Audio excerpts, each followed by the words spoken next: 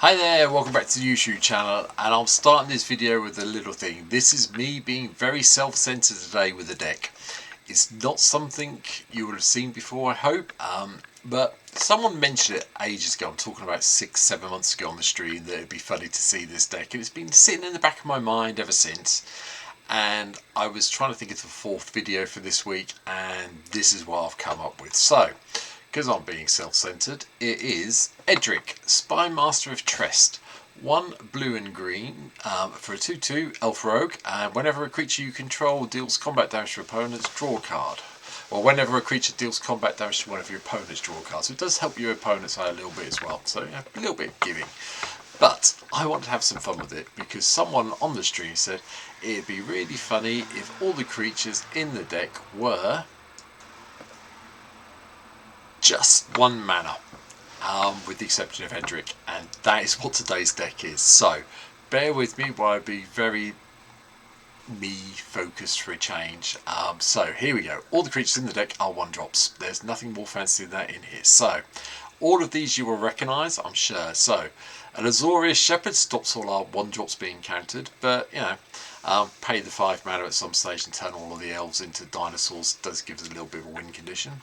Arbor Elf to untap forests. Ascendant Pack Leader enters the battlefield with a 1/1 counter on it if you control a permanent with mana value 4 or greater, and it is a permanent, so it does happen occasionally. And whenever we cast anything with 4 mana or greater, we get to put a +1/+1 counter on the Pack Leader. Not going to happen with the creatures, I'll be honest. Birds of Paradise, delighted halfling for the ramp side of it. Elusive Otter. He's a 1/1 with prowess, and creatures with power less than the elusive's block power can't block it. And we get to chuck around some +1/+1 counters we need to at some stage. Elvish Mystic for ramp. Errant Street Artist. Flash, Defender and Haste. Copy target spell you control that wasn't cast. You may choose new targets for the copy. Not sure what use that's going to be in this deck, but it's a 0/3, so it's a good blocker. Essence Warder for some life gain. More ramp with Fire Lord Elves. Gilded Goose. Honoured Hierarch. Llanowar Elves. Loam Dryad lets us tap another creature that's just come into play for an extra mana if we need to. The Magus of Candelabra lets us untap our lands. The Magus of the Vineyard gives everybody a couple of green mana at the beginning of their main pre-combat main phase. Mausoleum Wanderer can sacrifice it to control, to counter a instant or sorcery spell. Probably only going to be 1 power. Just they have to pay an extra 1, but gives people something to think about if they're tapping out to cast it. Mistcloaked Herald is unblockable, so we always get a card draw when Edric's in play. Moss Viper is pretty much unblockable as well because of the Death Touch. Moth Dust Changeling, we can tap one of our newly cast 1-drops to give it flying if we need to. Nettle Sentinel doesn't untap unless we cast a green spell, but it's a 2/2 for 1 mana, so that's probably one of the bigger creatures in the deck.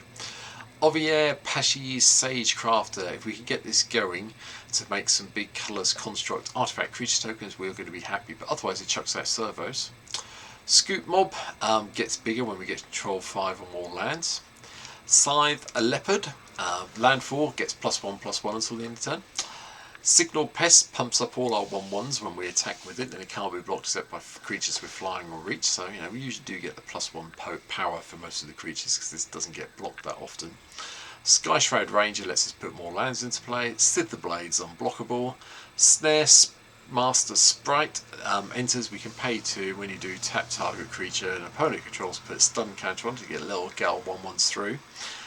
Spyglass Siren, flying, gets into the map token, and then Young Wolf has Undying, so eventually becomes a 2/2 when it dies. Now our creatures are not great, I know that, they're either 1/1, 0/3s or something in between, but we do have ways of sorting them out. Spells wise, Counterspell, Farseek, Counterspell control the board, Farseek for going and getting our islands out of our deck. Finale of Devastation we want to build up to because have a whole load of 1/1s on the board, everyone's laughing at you, and then you hit this for 10 and everybody dies very quickly. Mana Drain helps us control the board a little bit more. Nature's Law, Ramp and Growth, 3 Visits and Cultivate for the ramp. Because of the deck I'm playing, I had to play Genesis Wave. Let's just get our 1/1s into play as quickly as possible. Like I said, it is self-indulgent, so this is one of my indulgent cards, which most people who see me play on stream know. Search for tomorrow, we get to suspend it and then go and find a basic land. Cryptic command, we can tap down someone's creatures, so all our little 1/1s can get through and hopefully do enough damage to win the game. Rootcast Apprenticeship comes in from the Bloomborough Commander decks. Put 2 +1/+1 counters on a target creature and then create a token that's a copy of target token you control, or we get some squirrels, or target opponent sacrifices a non-token artifact. Okay, +1/+1s and squirrels are always fun. Yeah, this is one of the big combos. You need 8 mana to do it, but Cryptic Command to tap down someone's creatures. Or tap all creatures your opponents controlled, and then you hit Triumph of the Hordes and just poison them to death. You'll probably get a reputation, but it's fun to get that sort of reputation with such a silly deck. Vastwood Surge is great to go and ramp up some cards, and if we can do this for the 8 mana it costs to do, putting 2 +1/+1 counters on our creatures really does help. Venture Forth just keeps going to suspend lands. You get a land for us eventually. It runs around, it's fine. Full Steam Ahead. Until the end of turn, each creature you control gets +2/+2 and trample, and this creature can't be blocked by more than one creature. Have you ever seen a load of 3/3s kill someone in a commander? People tend to get upset when that happens, but Full Steam Ahead makes it a possibility, most definitely. A bit like the old school Overrun, +3/+3 and trample for the same mana cost. Well, same mana value, I should say. Cost is slightly different. This is 3 and 2, and this is 2 and 3. But, beggars can't be choosers. Titania's Command lets us put 2 +1/+1 counters on each creature we control. Probably going to get the 2 bears and then make them 4/4s and make all our 1/1s 3/3s. And Verdant Confluence. Return it, search your library for a basic land card, put it onto battlefield tapped. Chances are you're going to pay 6 mana to get 3 lands out, or if you're really short, you can put a whole of 3 lots of 2 +1/+1 counters on creatures you control. And if you're desperate, return something from your graveyard to your hand. It's first and the third ones are the ones you're going to be chosen more often, one feels. Ramp wise, it's not too much. We did put a bit in, but not too much. So Mox Tantalite is here. I did go with Soul Talisman and Soul Ring just so we had some more mana if we need to recast Edric. Elixir of Immortality is here to shuffle in all our 1/1s once they all get killed off, which undoubtedly they will. The boots are here along with the greaves and the other boots to protect Edric. Arcane Signet helps us ramp. Folio of Fancies means we've got no maximum hand size. We can draw a whole load of our cards with this because you will have extra mana flying around. With 1-drops, you're going to have a fair bit of mana floating around some of the time. The Immortal Sun pumps up all our creatures and shuts down all the planeswalkers our opponents may be playing. And then Akroma's Memorial gives all your creatures haste and take to the air with first strike and protection from red and protection from black. And yeah, another way of just alpha striking with a load of 1/1s. It's fun.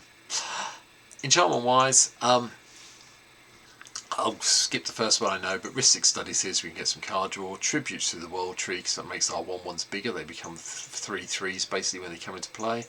And Guardian Project keeps giving us the card draw. Concordant Crossroads I did leave out. Notice this is a world enchantment, so it gives everybody creatures haste. You want to play it, especially, well, what you want to hope is you hit it after you've cast Genesis Wave up the top here for sort of like 12, 13, and then you hit this as part of those cards you put into play, so all your 1/1s can do something the turn they come into play. Land wise, nothing too overly fancy in the deck.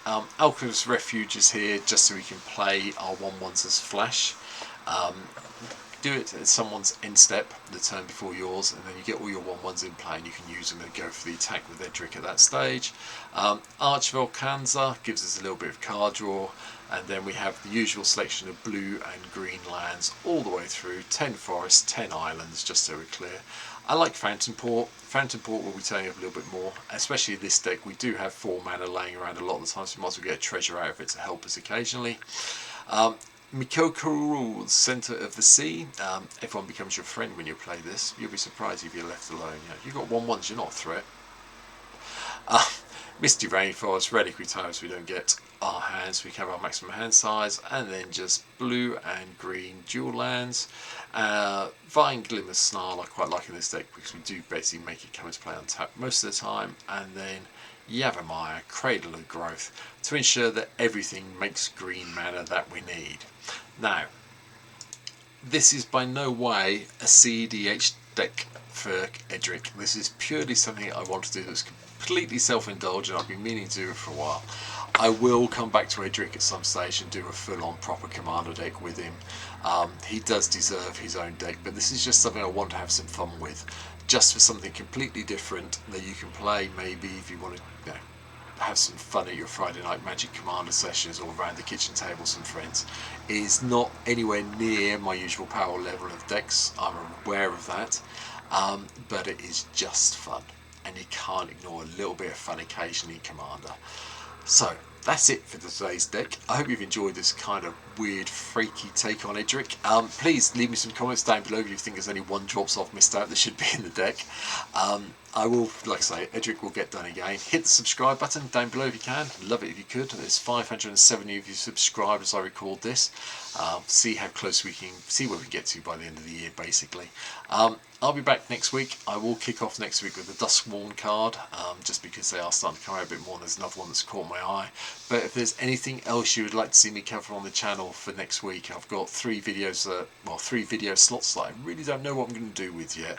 So if there's anything you want me to have a laugh at, or if you've got another silly deck idea you'd like to let me do, leave me a comment down below and I'll have a look at it and try and get something out for you. But for now, thanks for watching. Hope you've enjoyed my self-indulgent deck today, and you can see me play it on stream very soon. There's a link for Twitch down below. Come and follow me over there as well. Thanks for watching. Take care. I'll see you in the next video. Bye.